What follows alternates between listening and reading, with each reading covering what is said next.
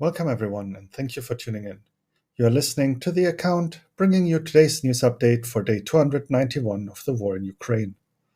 Again, we had a slow news day, however, we do have one major point to go over.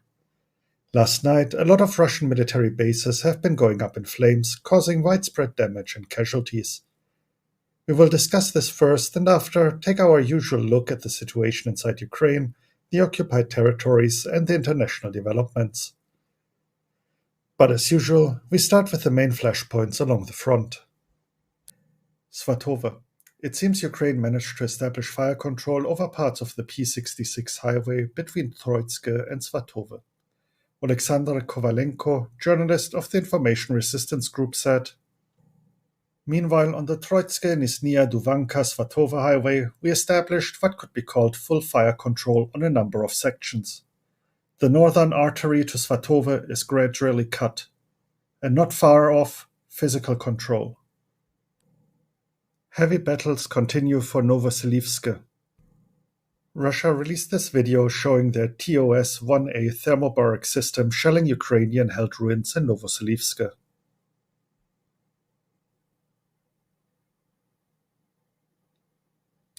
Another video shared on social media shows a tank fight between Ukrainian T-64BV and Russian T-72B3 in the settlement.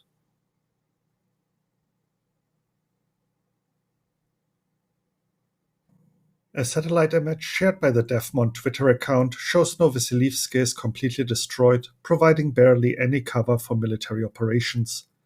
Therefore, it can safely be considered a contested gray zone. Kremina. The situation is tensing up. Ukrainian forces again repelled attacks around Chervonopopivka and Zitlivka. This was reported as well over the past days and would indicate the settlements are partially under Ukrainian control now. Should Ukraine manage to liberate Zitlivka, it would put Russian forces in Kremina at risk of being encircled and could force a Russian retreat. Russia confirmed they shelled Ukrainian forces in Dibrova. Yesterday it was indicated both Dibrova and Kuzmina might be under Ukrainian control, but so far we do not have any evidence. Bakhmut. Russian forces have partially been pulled back from Kurdyumivka to strengthen the offensive capabilities south of Pithorodne. The situation in Yakovlivka is still unclear. The General Staff of Ukraine reported repelled attacks and shelling in the area. Both settlements are marked as contested. Generally, it seems the situation around Bakhmut is stabilizing after being in a critical state over the past days. Allegedly, Ukraine rotated troops and this caused the lines to shift. Sources claim Russia was pushed out of parts of Ivanrad and is now launching attacks on Opitne. Velika Novosilka. Russia reportedly launched a major offensive towards the city. Later it was claimed they lost 5 BMP-2 and 1 T-80BV in the attempted breakthrough. Not much is known about this attack except for the Russian announcement and the loss report. And now for the events of last night. We have reports of fires and explosion in Tokmak, Melitopol, Sovjets'kyi, and Kadiivka. The strikes in Tokmak were reportedly on military positions, but no further information is currently available. According to Russian news, on the evening of December 10th, the armed forces of Ukraine targeted a non-operational hotel in Kadiivka. Allegedly, it was empty and no casualties are reported. However, Russian telegram channels quickly pointed out that the local Wagner headquarters stopped responding. Russians do not even hide that there are huge losses, Luhansk Oblast Governor Serhiy Haidai said. He further stated that the losses are significant and he expects at least 50% of the wounded to perish due to lack of medical treatment. On December 10th, Russia further reported explosions in Jankoy, Sevastopol and Simferopol in Crimea. On top of the reported explosions, a large fire broke out in Sovjets'kyi. We already mentioned this in our report yesterday. The partisan movement ATESH, Movement of Ukrainian and Crimean Tatars, claimed responsibility for setting fire to military barracks. The barracks were said to house hundreds of mobilized soldiers. The Crimean government alleges that at least 2 soldiers died and 200 had to be relocated after the fire. In Melitopol, strikes on a recreational center caused a large-scale fire. Ivan Fedorov, mayor of Melitopol, said it is located at a church in the east of the city. This narrowed down the possibilities for the strike, and it was quickly geolocated to this area. Videos shared on social media show widespread damage and destruction, as you can see here.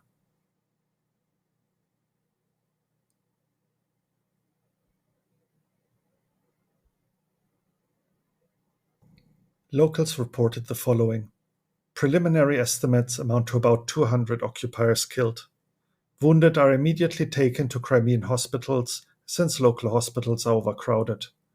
Ambulances from all parts of Melitopol are being deployed, and not just from the eastern side where the fire is burning. Not all ambulances are going to hospitals. Some are immediately going to the morgue.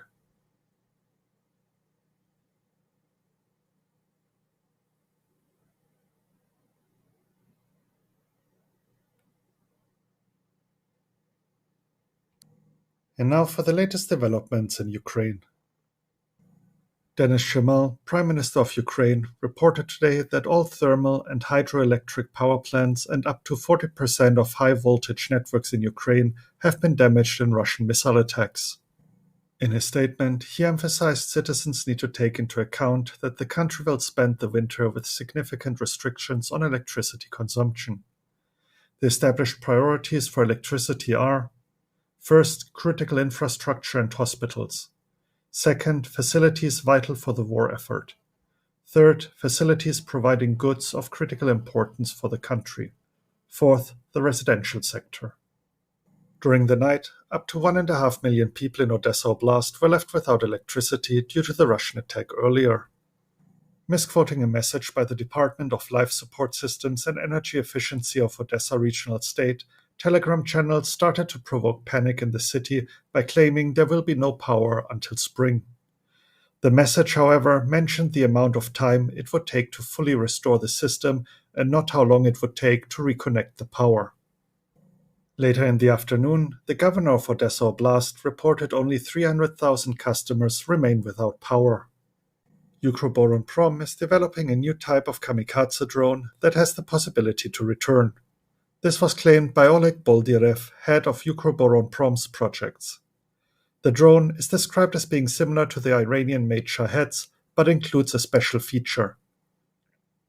Minister of Defense Oleksiy Reznikov revealed in a press conference when the Ukrainian armed forces will resume their counteroffensive. According to him, current weather conditions do not allow for heavy equipment to move. However, the moment the ground freezes, the armed forces will resume the liberation of Ukraine. Moving on to the news from the occupied territories. Russian authorities are going to intensify mobilization efforts in occupied Luhansk, the General Staff of Ukraine reported. Shortly after, Serhiy Haidai, head of the Luhansk Regional Military Administration, claimed that the Russian proxies plan to forcibly mobilize all men. In its latest assessment, the Institute for the Study of War reports that the Kremlin is risking to lose support of its proxies in Luhansk and Donetsk over Russia's failure in the Donbas. Igor Girkin called out Putin for failing to push Ukrainian forces out of artillery range of Donetsk city and failing to protect civilians.